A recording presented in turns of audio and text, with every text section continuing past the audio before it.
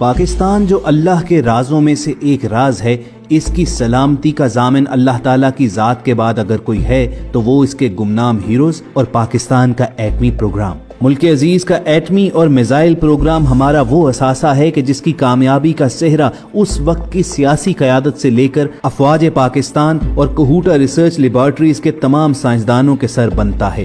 دنیا آج بھی حیران ہے کہ ایک ایسی قوم جو قرضوں میں جکڑی ہوئی تھی، وہ کس طرح ایسی کامیابی کے ساتھ دنیا کا بہترین ایٹمی اور میزائل پروگرام چلا سکتی ہے۔ تو اس کامیابی کے پیچھے تھا پاکستانی قوم کا جذبہ۔ ڈائریکٹلی انڈائریکٹلی پاکستان کو مضبوط بنانے کے لیے ہر پاکستانی نے اپنا حصہ ڈالا تھا، اور ہم سب کی آج کی ویڈیو میں آپ کو ایک انتہائی خوبصورت داستان سنائیں گے جس سے آپ کو معلوم ہوگا کہ پاکستان کے ایٹمی پروگرام میں گجرانوالہ کے ایک لوہار کا کیا اہم کردار رہا ہے۔ ڈاکٹر عبدالقدیر خان جب ایٹمی پروگرام میں ایک مشکل کا شکار ہوئے تو وہ کون لوہار تھا اور اس نے ڈاکٹر عبدالقدیر خان کی کس طرح مدد کی، یہ آپ کو تفصیل سے بتائیں گے۔ لیکن آگے بڑھنے سے پہلے ریڈ بٹن پر کلک کر کے اور بیل آئیکن کو پریس کر کے ہم سب کے سبسکرائبر ضرور بنیے تاکہ ایسی انٹرسٹنگ ویڈیوز آپ کو فیوچر میں بھی ملتی رہیں۔ پاکستان کا ایٹمی پروگرام 1972 میں منیر احمد خان کی سربراہی میں شروع ہوا، اور پہلا کام پاکستانی سائنسدانوں نے ایٹمی ایندھن کی تیاری کے لیے کارآمد تابکار مواد بنانے والی مشین گیس سینٹریفیوج پر تحقیق سے شروع کیا۔ یہ مشین مدھانی کے اصول پہ کام کرتی ہے، جیسے مدھانی دودھ میں سے مکھن نکالتی ہے۔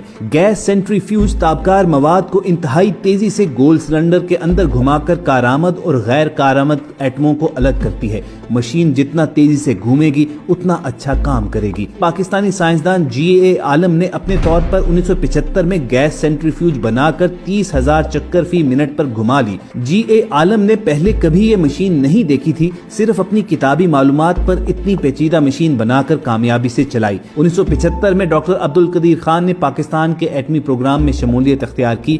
اسی سال انہوں نے جی اے عالم سے ملاقات کی اور ان کی بنائی ہوئی گیس سینٹریفیوج دیکھی۔ جی اے عالم کا ڈیزائن کام تو کرتا تھا، مگر فی منٹ 30,000 چکر نہایت کم تھے۔ اس رفتار سے ایٹمی ایندھن بنانے میں بہت طویل عرصہ لگ جانا تھا۔ ساتھ ہی ساتھ ریاضی دان خلیل قریشی کی کیلکولیشن رہنمائی کے لیے موجود تھی، اور اسے دیکھتے ہوئے حساب لگایا گیا کہ گیس سینٹریفیوج کو کم از کم 60,000 RPM پہ گھمانا پڑے گا۔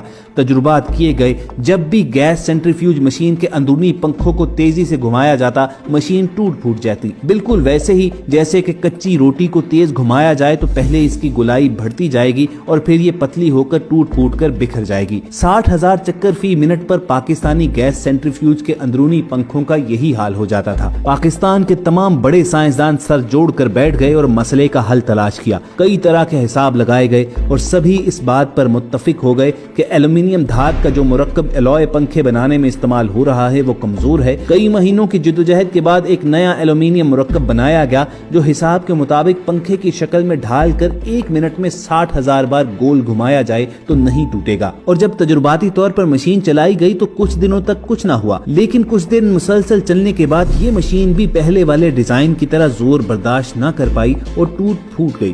سب سائنسدان حیران رہ گئے، حساب کے مطابق ایسا ہونا ممکن نہیں تھا۔ ڈاکٹر عبدالقدیر خان جو میٹلرجسٹ یعنی خود دھاتوں کے ماہر تھے، وہ بھی حیران رہ گئے کہ اتنی مضبوط دھات کیسے ٹوٹ گئی، اور سائنسدانوں کا ہنگامی اجلاس بلایا۔ مسئلہ وقت کا تھا۔ انڈیا 1974 میں ایٹمی دھماکے کر چکا تھا، اور اس سال کے بعد کوشش کے باوجود ہماری ایٹمی ایندھن بنانے والی گیس سینٹریفیوج کو مسائل درپیش تھے۔ مسئلہ جلد حل کرنے والا تھا۔ اجلاس میں پاکستانی ریاضی دان، دھاتوں کے ماہر اور ایٹمی سائنسدان سب شریک تھے، اور سب نے مشین کے نقشے، کیلکولیشن، دھاتی مرکب، ہر چیز کا جائزہ لیا، مگر مسئلے کا حل سمجھ نہ آیا۔ اجلاس میں موجود چند افراد نے ایک عجیب بات کہہ ڈالی۔ پہلے مثال دی کہ جس طرح لا علاج مریض کو جب ڈاکٹر کے پاس سے دوائی نہیں ملتی تو وہ حکیم، نجومی، عامل کسی کے پاس بھی جانے سے گریز نہیں کرتا، اس امید پہ کہ شاید کہیں سے حل نکل آئے۔ چونکہ اس وقت ہمارے پاس بھی اس مسئلے کا حل موجود نہیں، اور وقت بھی ہمارے پاس نہیں ہے، کوئی پتہ نہیں کب بھارت ایٹم بم بنا کر ہم پر برسا رہا ہو،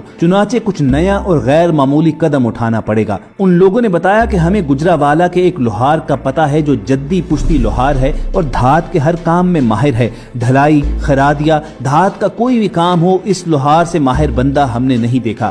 چلتے ہیں اس کے پاس، شاید وہ کوئی حل بتا دے۔ کچھ تذبذب کے بعد فیصلہ کیا گیا کہ رازداری رکھتے ہوئے ڈاکٹر قدیر اور چند اور سائنسدان خود لوہار کے پاس جائیں گے۔ اگلے دن ڈاکٹر عبدالقدیر چند اور ساتھیوں کو لے کر گجرانوالہ پہنچے۔ پاکستان اٹامک انرجی کمیشن کی گاڑی ایک پرانی سی ورک شاپ کے سامنے رکی اور اندر ایک